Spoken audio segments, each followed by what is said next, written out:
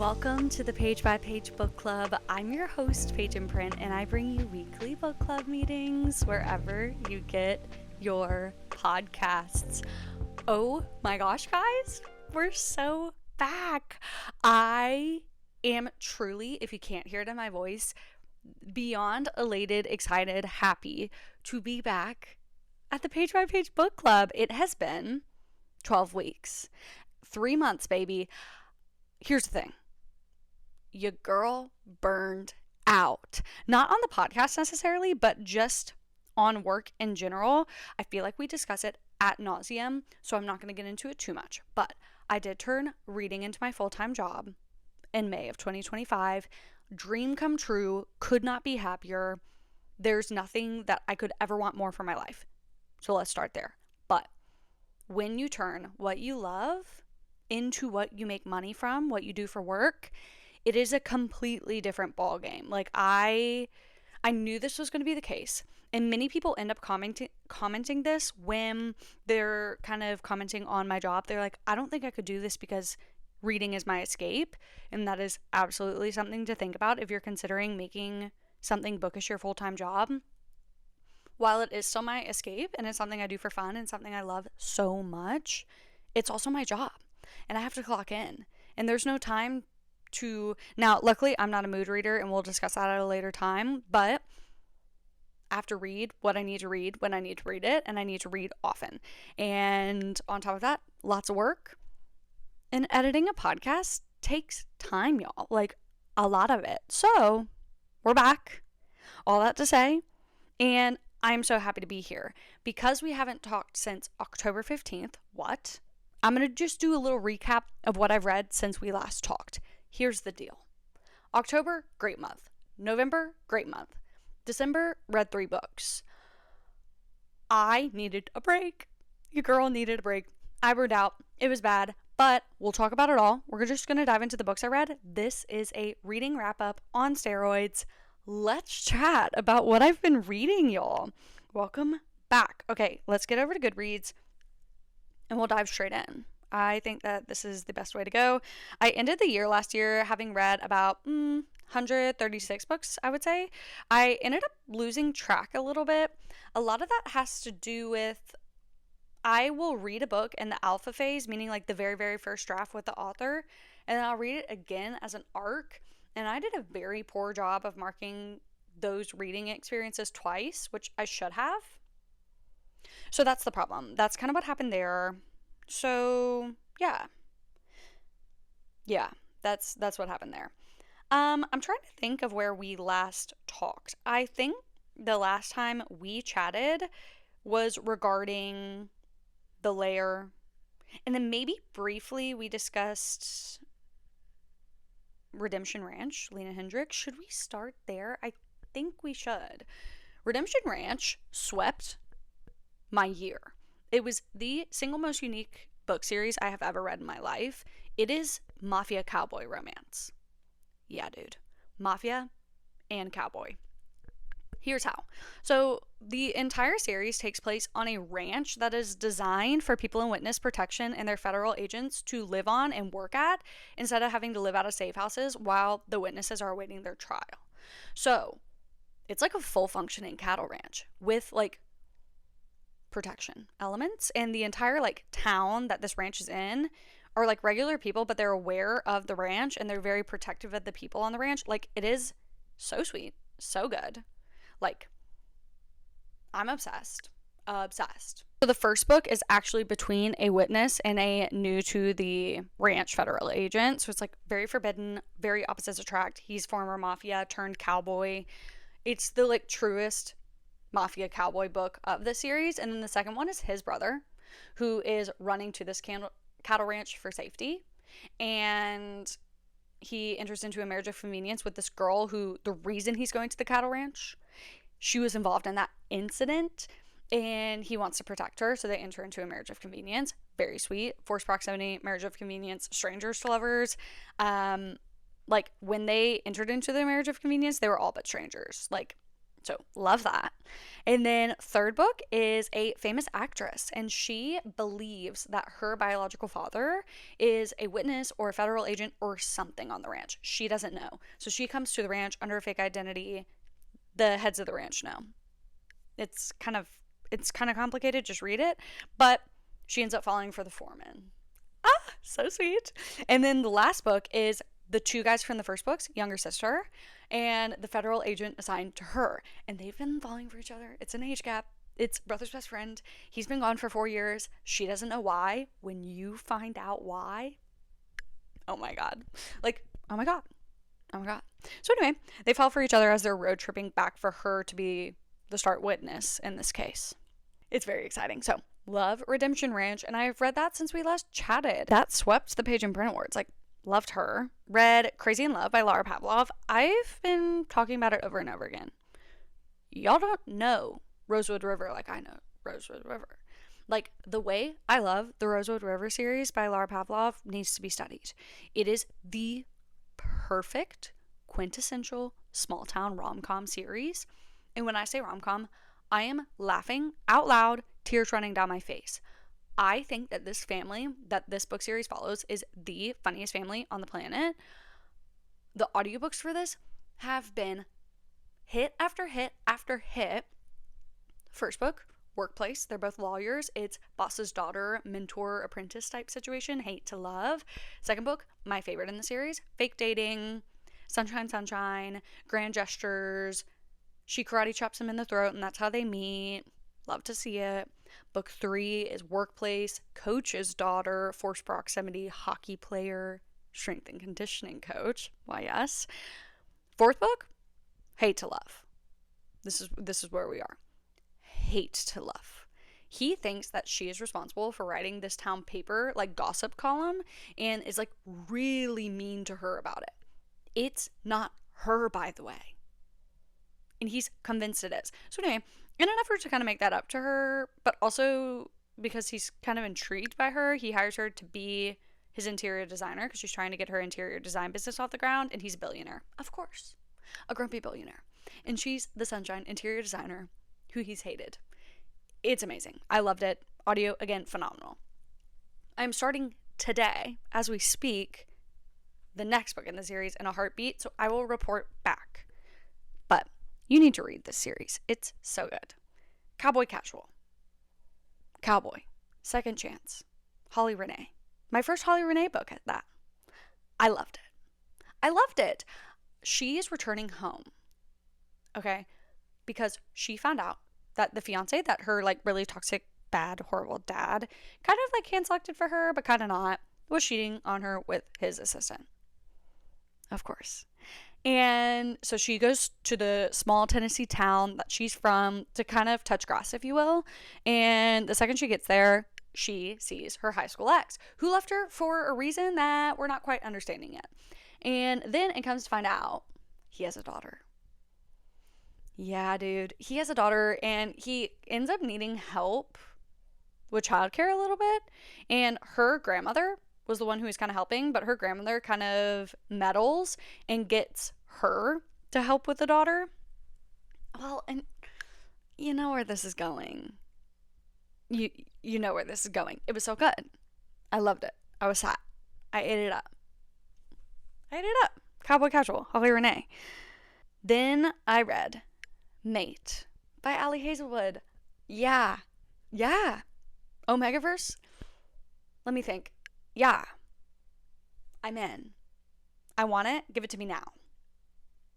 I don't know why this book had me in a chokehold, but it did. There was something in this book that like kept me on a leash until I finished it. I did the audio. I could not put it down. It's an Omegaverse. It is fated mates. It is forced proximity of protection. I don't know what Allie Hazelwood puts in her books, but it should be studied, and it is frightening. I loved it. I ate it up. I loved it. Sue me.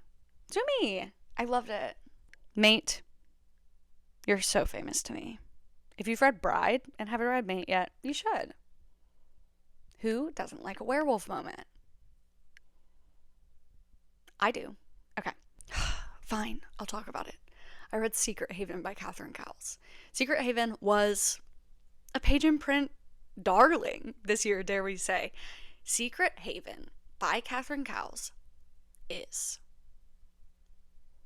unlike anything.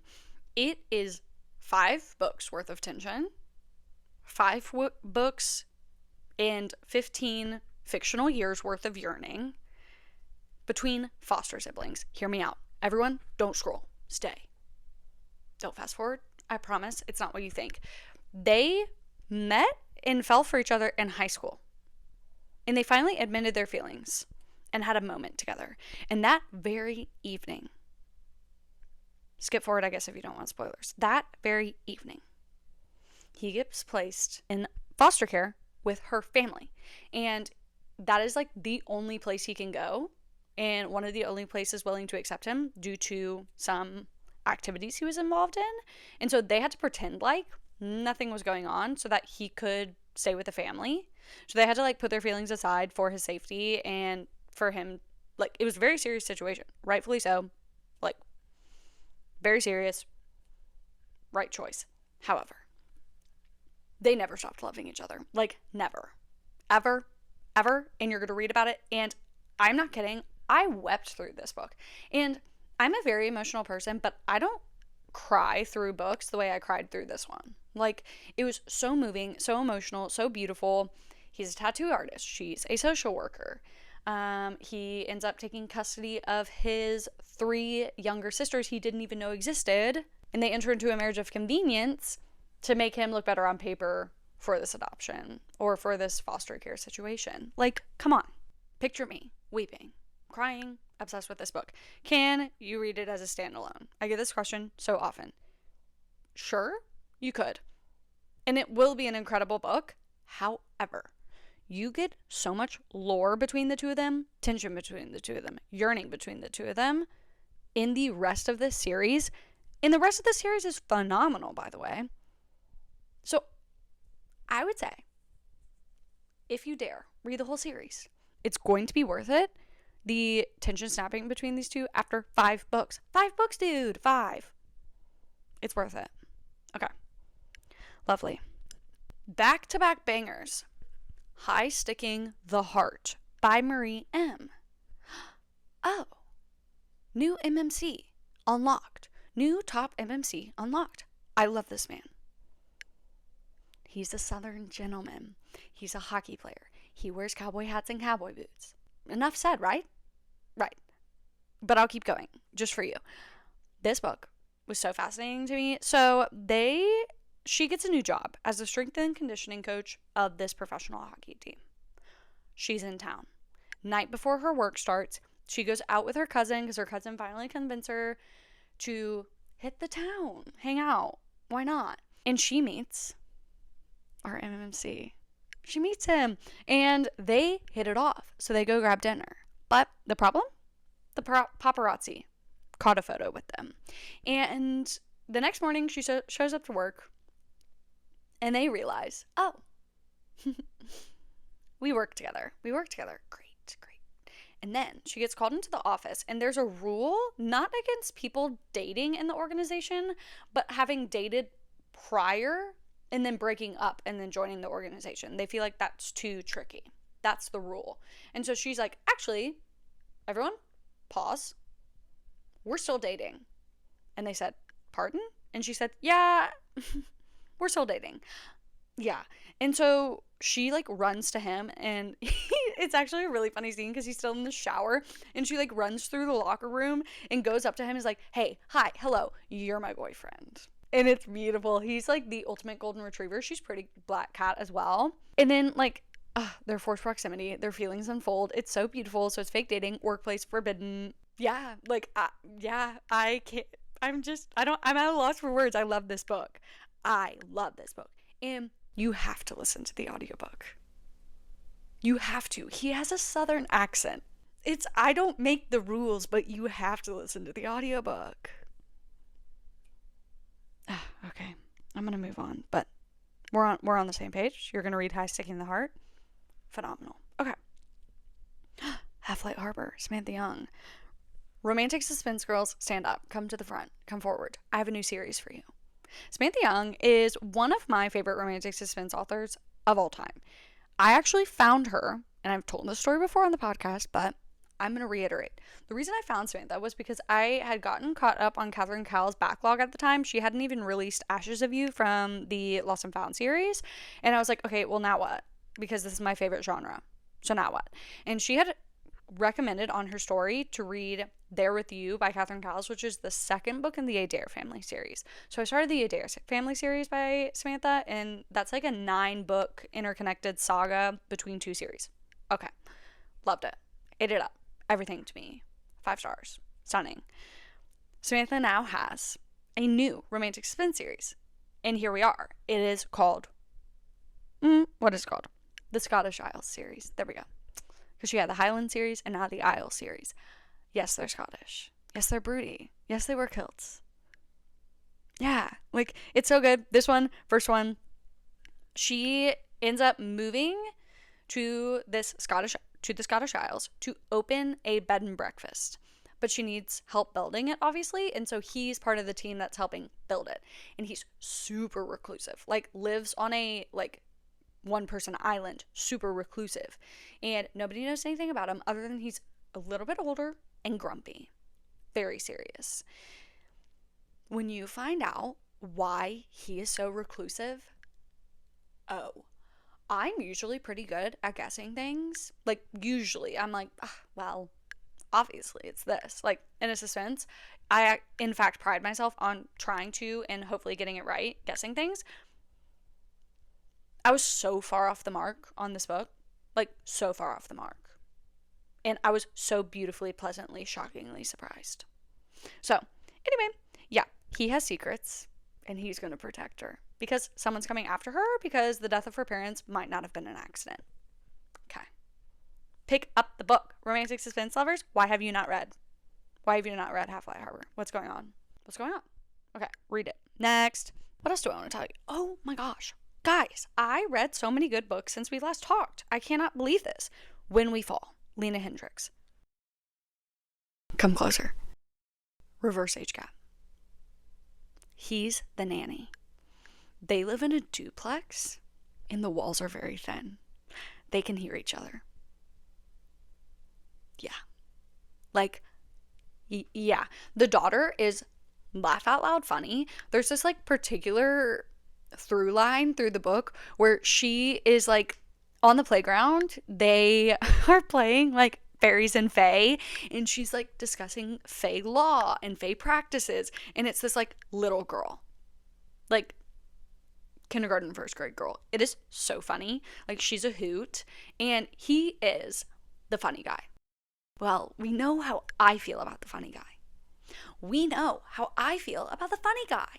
And he's the funny guy, and of course, his internal monologue is going to tear you apart. It's always the funny guys who are always emotionally devastating. Riddle me that. The funnier they are, the more concerning their backstory is. And they're my favorite type of character. Okay, and should I unpack it with a professional? Sure. Will I? Probably. But, like, I'm gonna move on. He, like, repeatedly is like, I'm the funny guy and no one picks me first. I'm the funny guy and that's all I'm ever gonna be. I'm not deep enough, or, like, dare I just say, like, enough for someone to pick me first. Oh, I've been shot. Like, what? Devastating. So beautiful. She's a single mom who's been, like, just doing it all, trying to keep it together, trying to make ends meet. She has a really cool job. I'm gonna butcher this, but I'm gonna try. She, like, specializes in restoring historic paper products, like museum artifacts. Very fascinating. That's not, like, a huge part of the plot, but I just think that's a cool job. Anyway, loved that book. I love the Star Harbor series. Small coastal Michigan ghost town. Yeah, count me in. Count me in. So, loved that book. 5 stars. No notes. What else? Oh, I read The Hennington Brothers by Corinne Michaels. The one, the only, Corinne. It is set in Bell Buckle, Tennessee. I too am from Tennessee. And what's really funny about this, maybe it's only funny to me, is I was driving back from a weekend with Molly Goins listening to this audiobook, and it's set in Bell Buckle, and I was driving through Bell Buckle, and it was the craziest immersive reading experience of my life. I was like, oh my God, I'm reading this book and I'm here. It was crazy. So anyway, these books are crazy high angst. Like Corinne Michaels back in the day, because this is like one of her older series, like she put herself through it to write these angsty books, dude. Like, and she was on the podcast a few weeks ago and was talking about how emotionally attached she is to her books, but not in like the book sense, but in the writing process. Like she feels everything so deeply, and that very much so informs the way the stories go, to the point where she had to make the decision not to write angst the way she used to. And when she told me that on the podcast, I was like, okay, like, I don't know what that means. Now I know what that means. If you like super clean, clear cut, no third act breakup romance, early Corinne's probably not going to be your truth. But if you love angst, if you love drama, if you love tea, read The Henningtons. Read Corinne Michaels from a few years ago. Like, it is crazy. It's crazy. Definitely check your content warnings for sure.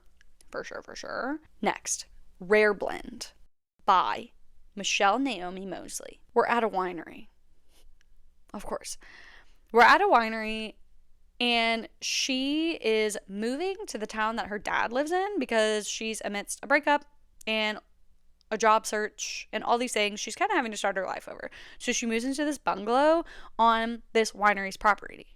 Well, he lives in the bungalow next door, and he is so grumpy. Like, so grumpy. But he's the CEO of this winery, and he doesn't know what she's doing there, and no one told him that she was going to be there, and so he's a lot unkind when they first meet, and in many ways is having to make up for that. And again, total flip side of the funny guy, he's grumpy for very good reason. The world has hardened this man, and I loved it. Forced proximity. She ends up working for the town paper that her dad owns, and then the question becomes, does she need the big city after all? I'm gonna let you find out, but I think you know the answer. It was so good. It was so cute. And then the next book I'm so intrigued to read. It's romantic suspense, per my last email. I love romantic suspense. So yeah, there's that. I read Dreaming of a Cowboy Christmas. I had the incredible opportunity to beta this book. Beta reading, by the way, is like reading it on its second draft, and you kind of can help inform the author of any like developmental consistencies. Think like, hey, you were just in the car, but now you're saying you're sitting in the office chair. Or, I don't love that this character did this. Same goes for what we call an alpha read, which is like the very first draft. So if you're ever wondering, if you already know this, well, now you double know. Okay, speaking of Corinne Michaels, I did 2 Corinne Michaels books back to back. Don't be mad at me, neither of them are out yet. But first was Come What May. It comes out on January 20th. So you don't have that long. And maybe we'll talk about it at the end of this month. How about that? But for now, what I will tell you, best friend's dad, age gap, client publicist, they didn't know, and they had a one-night stand. He's a rancher. They're temporary roommates. Like, it's everything you think it is and everything you want it to be. So love that. And then I read West of Forever, which comes out in June, and it's the first book in her brand new series. Y'all aren't ready. You're not ready. Corinne's back in her cowboy bag. Yes, thank goodness. Crushed by Love by Nina Verona. Y'all, I'm still thinking about this book. It rocked me. It is super, super angsty. It is a Romeo and Juliet retelling. It is angsty. It is messy. There's twin brothers. She's falling for one. She's actually the maid for the summer for the family. There's like a bit of a love triangle element, but it's the kind of love triangle where it's like, you know exactly who she's going to end up with. which is the only love triangle that I am willing to read because I'm so sensitive and I don't like falling for one of the characters and then being wrong. Again, I will unpack that with a professional at a different time, but this is one of the ones where it's like, okay, it's very clear who the MMC is, and the triangle element is very short-lived. So, anyway, super high angst, though. Very high tension. And I still think about this book. Like, it's one of the most unique books I read of the year, and I loved it. So, love that one. Good Spirits by B.K. Borson. I'll probably end up needing to talk about that next year because it's not Christmas anymore. But it was so good. I loved it. Audio was great. Silver Shadows by Tilly H. Colson. Another Page and Print Awards darling. Another angsty number. Oh my gosh. He has amnesia. Well, they break up. Let's start there. First chapter. They've been together for the whole series on and off secretly because he's her brother's best friend. And they were Navy SEALs together. And that's not why they broke up. They broke up for another reason you're going to find out at the beginning of the book. And I'll let you find it out. They break up. He goes out on a run. He gets attacked, shot, and wakes up with amnesia, doesn't remember that they broke up. Yeah. And so because, like, for the integrity of the case against who shot them and all the things, they're like, do not jog his memory. Let it come back to him on his own. And so this whole found family, they're trying to do the right thing, but they're telling May, our FNC, like, you're just going to have to pretend everything's okay. That's that. Okay. Another 5-star read. We're getting to the end here. Role play. Kay Cove. Come to the front. I say it about Kay every time I talk about her books on this podcast, but it's so important. Her books cannot be boiled down to tropes. She writes such complex, emotionally intelligent stories that saying, like, for example, this book, he's a professional escort. He's also a single dad. And those two things feel very odd when you just say them. But there's, like, such good reason for what he does. And it has to do with protecting his daughter and all of these things. And another thing to note about roleplay, he remains monogamous with her for the entire book. Like, it's not one of those things where he's still out doing his job while they're together. Like, he's monogamous throughout the whole book. So that was so interesting, like, just such an interesting take. But she's a romance author, and he, after like a really, really strange meet cute for the second time evening, he's like, okay, well, if you're struggling, I will role play popular book tropes with you for you to be able to write your next romance book. Ah, how cute. How cute is that? It was so well done, so thorough. I really enjoyed the audiobook. He ends up actually moving him and his daughter into her, like, brownstone she inherited because her dad is a professional author, but he's like so famous and she is not. And her dad, like, refuses to help her, like, in her career at all. So that's another interesting element. Like, it's just so interesting. And it unpacks, like, the author influencer dynamic a little bit and just the author's relationship with writing to the market. Like, so fascinating, so good. I love this book. And y'all, I cannot wait for the second book in the series, the MMC. Oh, the funny guy. And yes, he has a tragic backstory. Yeah, like, I can't wait. So there's that. Read Merry Christmas, You Filthy Animal, Megan Quinn. Had a blast. Audiobook, full cast. Everything I wanted. So good. Last book I'll talk about is Bluebird Gold, Devaney Perry. Devaney, you've done it again. Raising the bar every time. Like, wow. Devaney released 3 books last year. All 3 of them top books of the year for me. Like, wow. Bluebird Gold, romantic suspense set in 1983, and she is returning to this small Montana town to settle her father's estate, who has passed. However, there are some strange things going on that lead her to believe that her dad did not pass by accident. Okay. And so she's kind of looking into it, and then she ends up sort of continually bumping into the town sheriff because she thinks someone's outside of her house and someone's kind of stalking her, and because she is the new to town math teacher, and the former math teacher was not doing a good job. So now all the students are failing the class because they don't know the material, but all the parents are mad that the students are failing the class. So anyway, he comes in to like talk about his son's grades.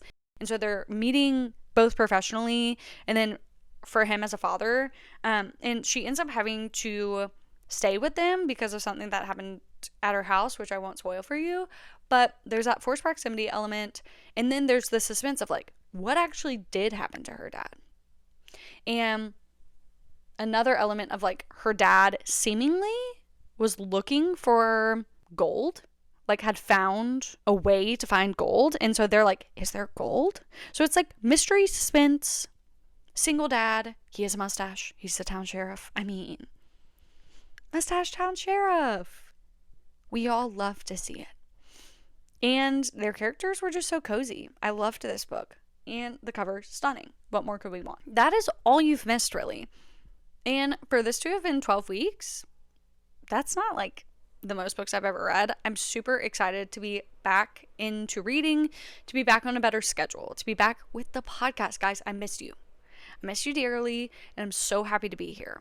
So, thank you so much for your patience as I was taking a step back, doing a reset, building my business, all of those things. And I'm so happy to be back. Like, truly so happy to be back. And if you have any podcast episodes that you would like to see from me, please holler. Like, please let me know. It is always so helpful when I know what you all want from me and I can give it to you. So shoot me a DM, send me an email, whatever you would like. Contact pageandprint@gmail.com or at page.inprint on all platforms. So yes, I'm so happy to be back. Thank you for being here. Thank you for listening. And thank you for being a part of my 2025 and going into 2026. I am just truly so grateful for each and every one of you, for this platform, for this job. And I hope that we can grow together this year. It's going to be amazing. But thank you as always for spending your time with me, and I'll see you in the next one.